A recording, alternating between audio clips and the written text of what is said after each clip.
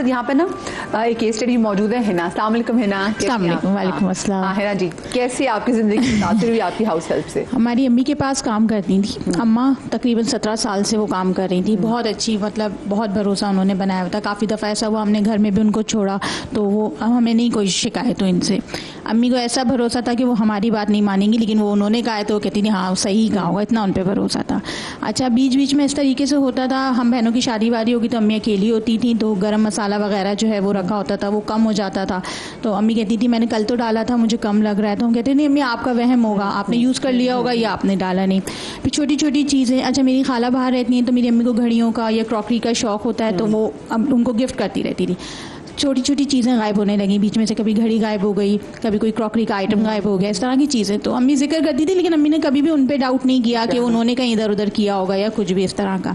अच्छा, डाउट करते हुए भी डर लगता है। हाँ, तो काफ़ी टाइम हो गया, टूटने का खतरा भी होता है। हाँ, फिर ये था कि अम्मी डिपेंडेंट भी थी, उनकी अकेली होती थी तो उनको ये होता ये चली जाएंगी तो फिर मेरा किस तरीके से होगा। खैर फिर वो एक दिन ऐसा हुआ कि अम्मी का एक ड्रेस था, उनको बहुत पसंद था, वो उन्होंने उनको वॉश करने के लिए दिया, 3 पीस पूरा दिया था उन्होंने। जब दूसरे तीसरे दिन अम्मी ने कहा उतार के लेकर आए तो वो सिर्फ शर्ट और वो थी, शलवार थी, उसमें दुपट्टा नहीं था। तो अम्मी ने कहा इसका दुपट्टा क्या? कहेंगे नहीं बाजी आपने दिया ही नहीं था, आपने तो शर्ट और वो दी थी।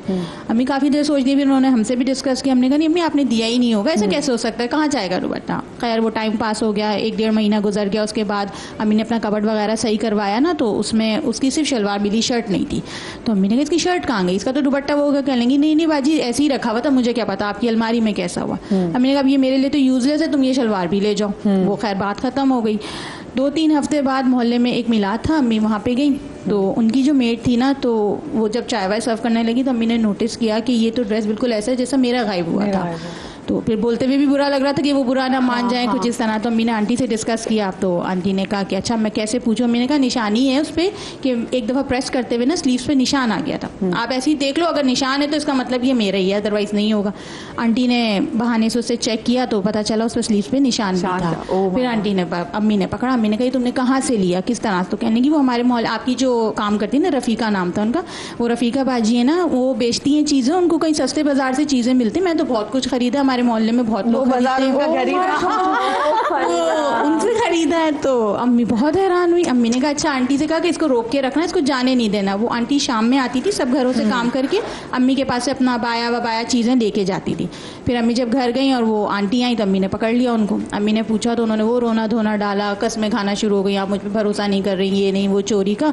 फिर अम्मी ने उसको बुलवाया तो उसने जब सामना किया तो फिर कहने लगी, माफ़ी तलाफ़ी करने लगी। अच्छा भाई था घर में, भाई को पता चला, उसने कहा नहीं मैं तो इनको पुलिस में दूंगा, जब ये चोरी करी हो पता नहीं क्या क्या ले गई होगी, हमने तो नोटिस ही नहीं किया कभी।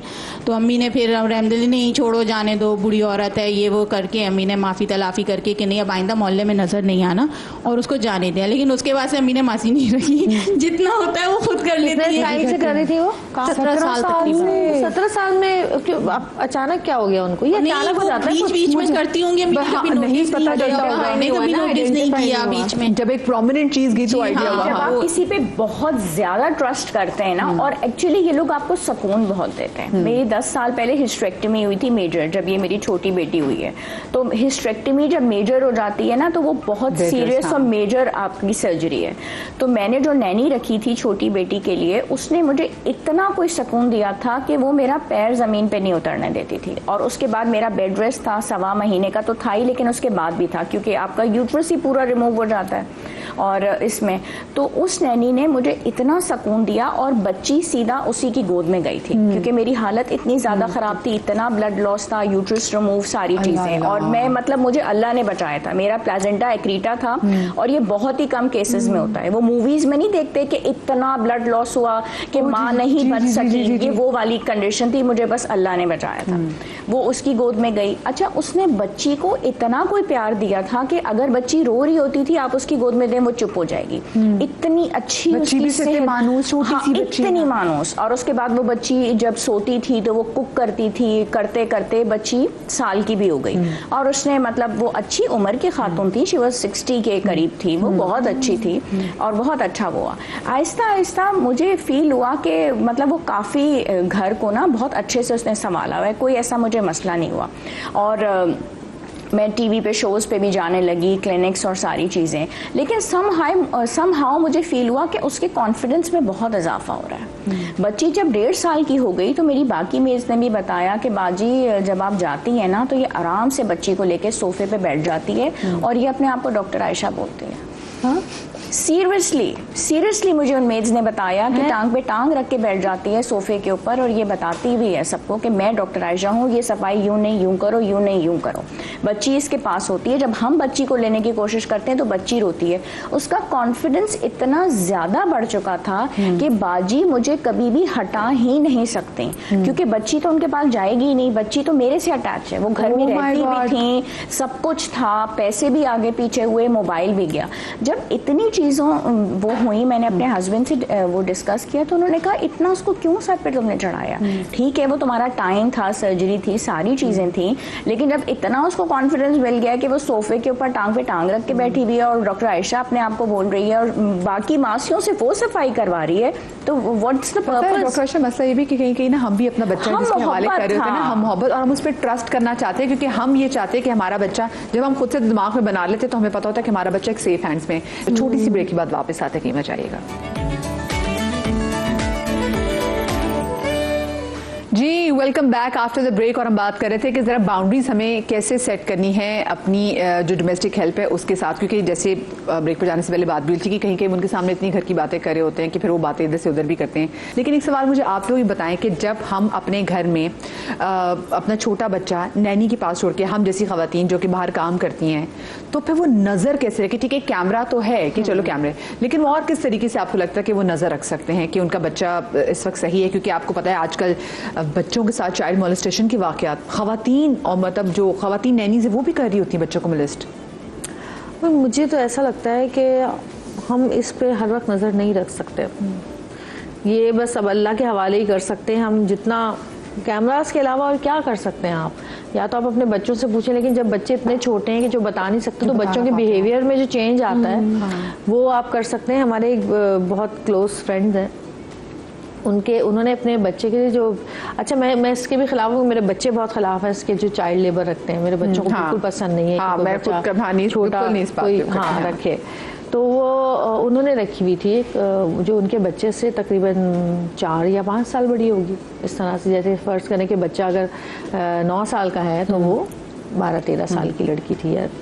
तो अच्छा हमारे घर वो आए रहने के लिए, तो हमने नोटिस किया कि वो बच्चा जो है वो उसके बगैर है कुछ नहीं करता। अगर उसको पिज्ज़ा खाना है तो उसके लिए भी आएगा, वरना वो बच्चा शोर हंगामा कर देता था, लौटियां मारता था ज़मीन के ऊपर। मतलब लौटते नहीं बच्चे, जी जी बिल्कुल वो करता था। कहीं हम जा रहे हैं, हमने कहा कि गाड़ी में जगह नहीं है, 2-2 गाड़ियां जा रही हैं, इसको छोड़ जाते हैं, तो वो उतर जाता था, कहता था मैं इसके बगैर जाऊंगा ही नहीं कहीं, मैंने तो कहीं कुछ जाना ही नहीं है।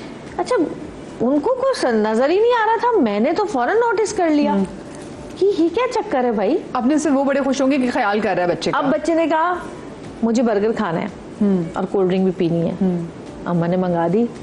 अब बच्चा तो खा ही नहीं रहा, वो खा रही है। वो उसको कहती थी ये मंगाओ मुझे खाना है, ये करो मुझे करना है, वो कहता था, जो वो कहती थी वो करता था। और फिर मैंने उसको बोला, मैंने कहा भाई तुम देख रही हो मैं आगे पीछे क्या हो रहा है, मतलब 9 साल का बच्चा उसके काबू में है लड़की के, वो तुम्हारा तो है ही नहीं, वो तुम्हारी तो कोई बात नहीं सुनता। वो कहेगी कि सिनेमा जाना है, उसको सिनेमा भी साथ लेके गया, फिल्म भी दिखाई बिठा के साथ, कि नहीं वो जाएगी तो मैं जाऊंगा वरना मैं नहीं जाऊंगा। ये तो आज तक नहीं मुझे लगता है जहाँ पे माएँ भी थोड़ी बहुत वो गाफिल हो जाती हैं अपने काम के सिलसिले में कि चलो होता है। तो फिर मैंने उसको बोला, उसके बाद फिर उसके बाद में जो बात पता चली वो बहुत ही ख़राब थी, क्योंकि वो चाइल्ड अब्यूज़र, वो खुद ही बच्ची थी लेकिन वो हाँ they were exploring। हाँ, और वो जब वो लोग यहाँ से चले गए तो उन्होंने मुझे तकरीबन उसने, क्योंकि मैंने उसको कहा तो उसने नज़र रखनी शुरू की कि चलो मैं देखती हूँ। और ठीक 1.5 महीने बाद उसने मुझे बताया कि मेरे बच्चे के साथ तो ये कर रही थी वो। Oh my God. तो उस बच्चे की कितनी उम्र थी? वो बच्चा 9 साल का 9 साल का था, वो उससे 5 साल बड़ी थी, उससे 5 साल बड़ी थी, 13-14 साल की थी।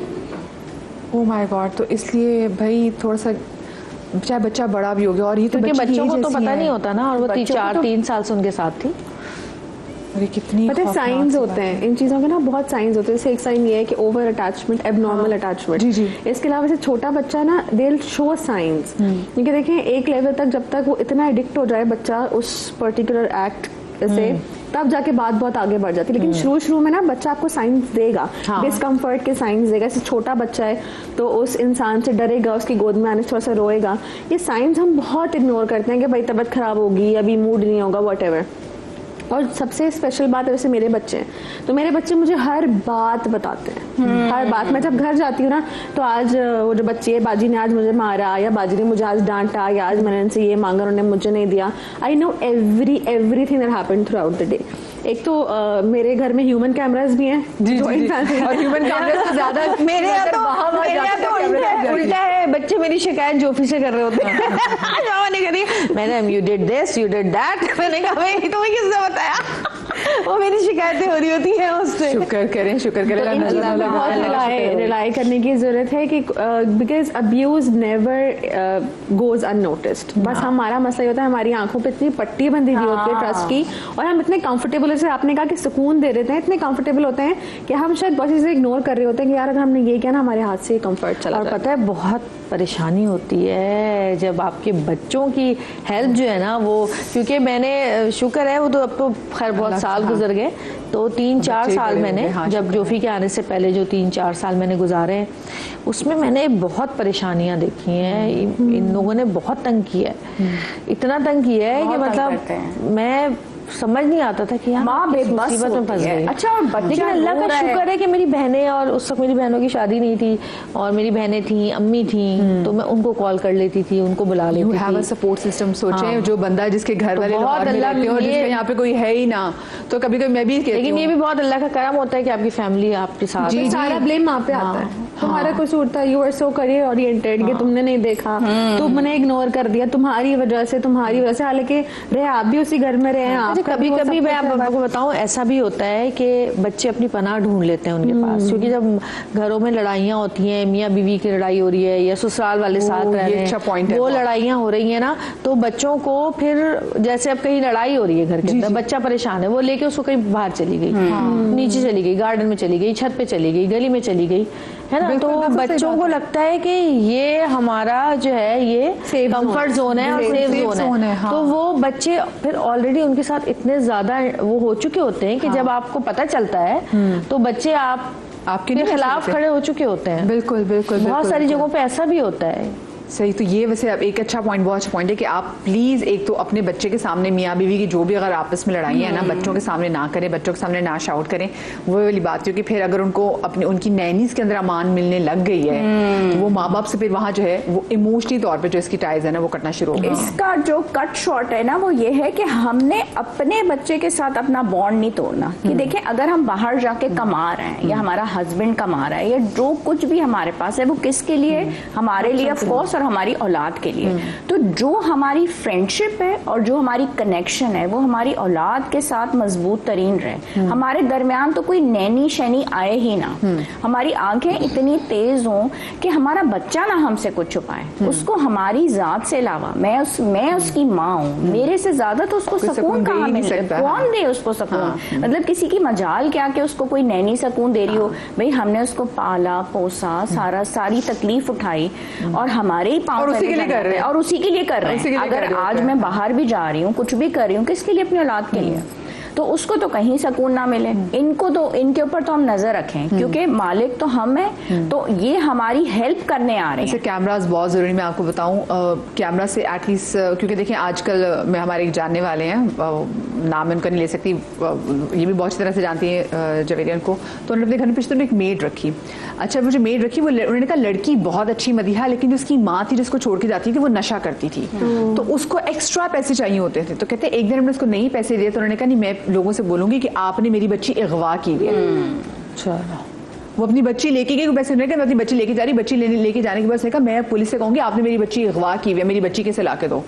उन्होंने कहा ये बात है, उन्होंने खुद पुलिस को अप्रोच किया, उन्होंने घर के कैमरे से वीडियो निकलवाई जब वो माँ अपनी बच्ची को लेके जा रही थी और उन्होंने कहा ये देखें। खैर फिर वो पुलिस उनको लेके गई, फिर उन्होंने कहा यार क्या नशेई औरत है, वो जो कहते हैं ना कि तर्ज खा लेते हैं कि चलो कोई बात नहीं, लेकिन भाई कैमराज इसलिए लगाना ऑफ कोर्स एक कॉस्टली चीज तो है, लेकिन इसकी आपको बड़ी हेल्प है, आपको खुद ही बहुत और आपके ऊपर जिम्मेदारी होती है, खासकर जब आप चाइल्ड लेबर रखते हैं